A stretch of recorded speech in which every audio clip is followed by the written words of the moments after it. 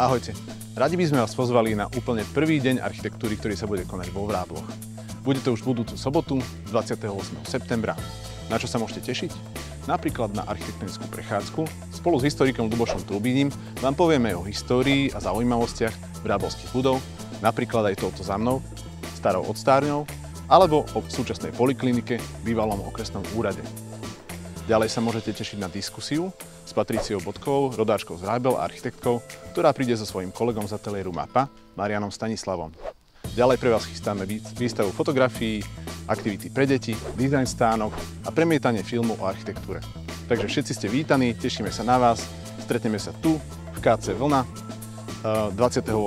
septembra v sobotu a túto akciu vám prinášame spolu s občianskym združením Fontis a mestom Vráble. Tešíme sa na vás. Ahojte.